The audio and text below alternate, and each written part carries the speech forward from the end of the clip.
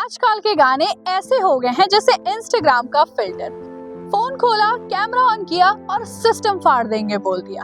हर दूसरा इंसान खुद को अपनी आवाज से, गानों या रैप से सिस्टम फाड़ देने वाला ही समझ रहा है। लेकिन सच में सवाल ये है कि क्या सबके शब्दों में इतनी जान होती है? नमस्ते, मैं विभा और आप देख रहे हैं स्वधन।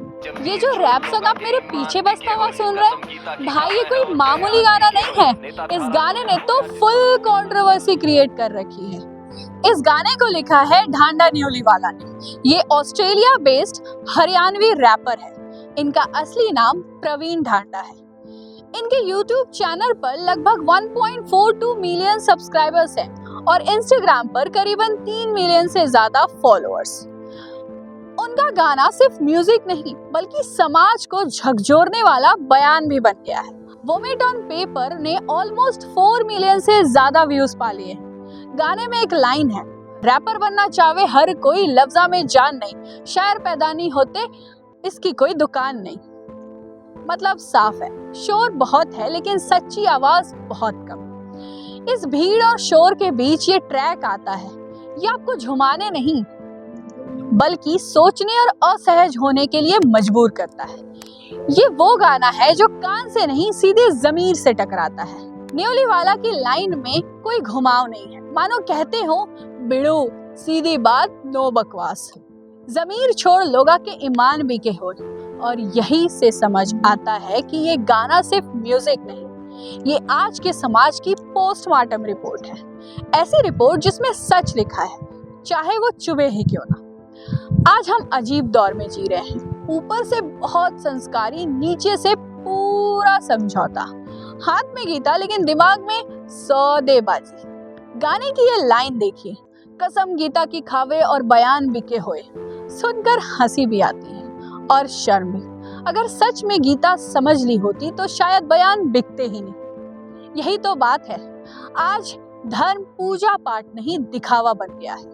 बाहर से सब धार्मिक, अंदर से सब सुविधावादी। इसी बीच मुझे आचार्य प्रशांत की बात याद आती है। वो बार बार यही कहते हैं, धर्म का मतलब सिर्फ तिलक या झंडा नहीं, धर्म का मतलब है सत्य के साथ खड़े होने की हिम्मत।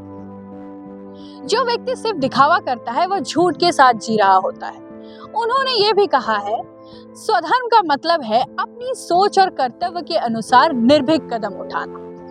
जो सवाल नहीं करता वो शोषण के लिए तैयार बैठा है।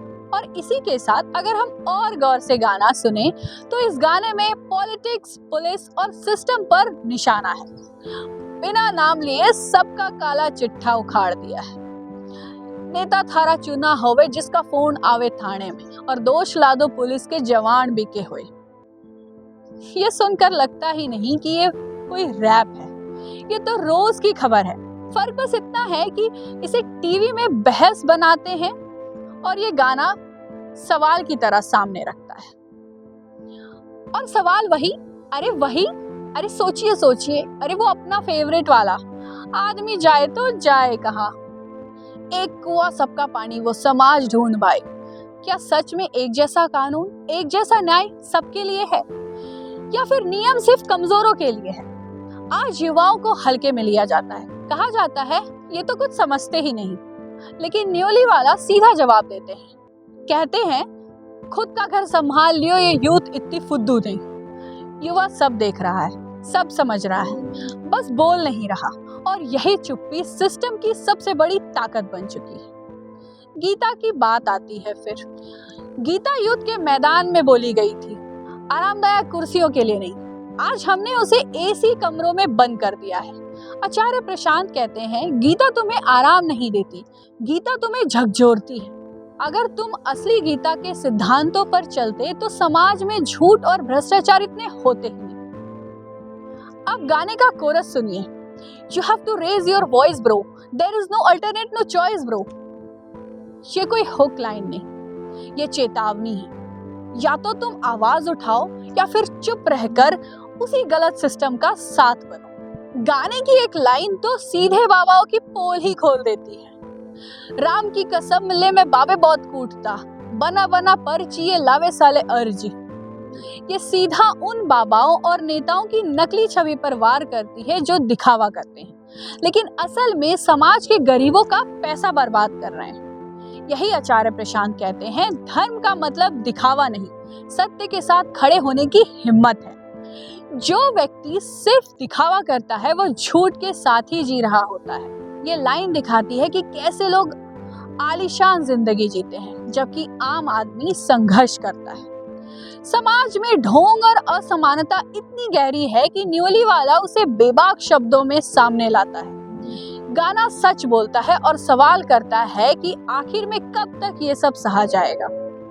जब इस गाने पर विवाद हुआ तो लोग कहते रहे कि धर्म और बाबाओं के खिलाफ है ये गाना, तब भी न्योली वाला पीछे नहीं हटे।